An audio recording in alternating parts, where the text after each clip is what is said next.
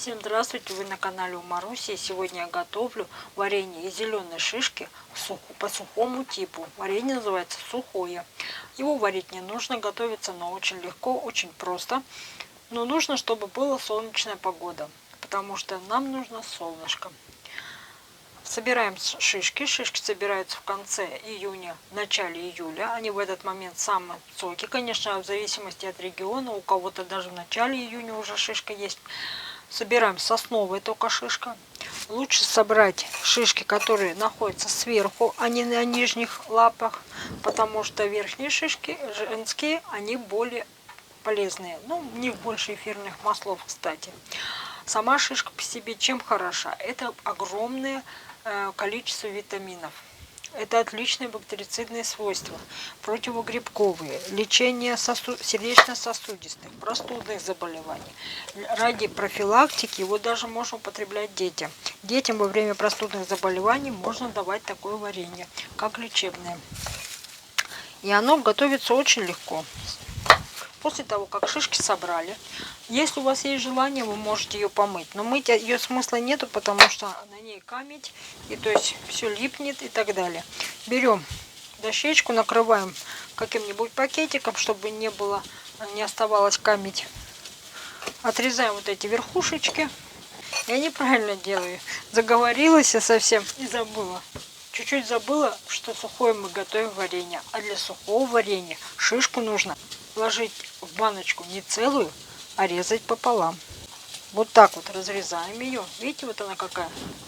Нужно обязательно ее разрезать. Складываем половинки шишек в банку. Кстати, между прочим, варенье можно варить и из старой шишки, но только варить.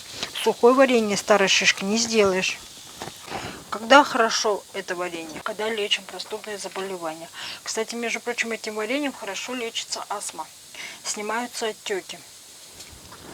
У него хорошие бактерицидные и противогрибковые свойства. Для профилактики гриппа также отличное средство, потому что во время эпидемии гриппа это просто спасение. Это фитонциды, которые убьют любую вирусную инфекцию. По сухому типу я редко делаю варенье. В основном я готовлю варенье, как варим обычное варенье. Только я делаю его немножко по другому типу. Но если вы захотите увидеть, у нас есть на канале видео про это варенье. Кстати, из него можно не только вот так вот варить, можно добавить корочки лимона, корочки мандарина, апельсина для аромата. Некоторые даже почему-то добавляют ванилин. Кстати, я не понимаю сочетание ели и ванилина. Цитрус еще понятно, оно хорошо, приятно. Запах приятный, конечно. Кстати, советую, сделайте варенье, добавьте немножко апельсиновых корок, будет очень ароматно. Очень хорошо варенье варить, еще не варить, а еще даже варят, кстати, между прочим, с медом. Соотношение сахар и мед. После того, как шишку мы нарезали, видите, она сразу начинает темнеть. Это нормальный принцип, потому что у шишка содержит большое количество железа и идет окисление железа. Вот, кстати, из-за этого она еще очень полезна при анемии и малокровии. Поэтому обратите внимание, насколько у нее пользы много, железа в ней очень много. И засыпаем сахаром. Конечно, тут я скажу так, на любителя. Хотите, засыпайте полную банку. Потому что кто любит послаще, повкуснее, но вообще это делается сосновый мед. Поэтому как бы выделение сиропа должно быть очень высоким. И это не кушается, как обычное варенье. Все-таки это лечебное варенье. Поэтому засыпаем сахар. Я вот, кстати, варенье не варю с большим количеством сахара, но для вот этого варенья сухого, как лечебного, я буду делать много сахара. Нужно засыпать плотненько.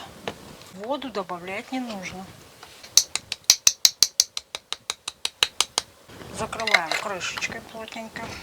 Обязательно плотненько все закрываем. Крышки должны быть стерилизованы, как и баночки. Все-таки это варенье останется уже здесь. Конечно, некоторые делают, ставят в какую-то отдельную емкость, в ней сахар растворяется, потом перекладывают в стерилизованные банки. Но я так не делаю, я делаю сразу же, чтобы не было вот этого переливания с места на место. Вот так вот набиваем баночки сахаром, стряхиваем обязательно. У нас должен осесть сахар. Должны покрыться сахаром все наши, как говорится, шишечки. Все. Теперь, чтобы приготовить варенье, нам это нужно поставить на солнце. Туда, где у вас солнечная сторона, где очень много падает солнце. Ставим на солнце, чтобы на баночке падало солнце. Но нужно накрыть какой-нибудь легкой тканью. Очень легкой, марлечкой даже. Вот, кстати, марлечка очень хорошо в этом случае. Это для того, чтобы солнце не окисляло те вещества, которые находятся у нас в шишке. Поэтому прямых солнечных лучей нельзя делать. Нужно обязательно накрыть какой-то легкой тканью. Ставим, накроем тканью и оставляем до тех пор, пока полностью не растворится сахар. Между делом подходим иногда, потряхиваем, перемешиваем, чтобы растворялся сахар. Взбалтываем, потому что может осесть на низ сахара. Можно даже переворачивать вот так вот баночку, чтобы сахар растворялся. Так как здесь не попадает солнце, можно вот так вот ставить, менять местами. Убираем на солнышко, ждем, когда наше варенье будет готово. Сахар растворился, получился уже сироп.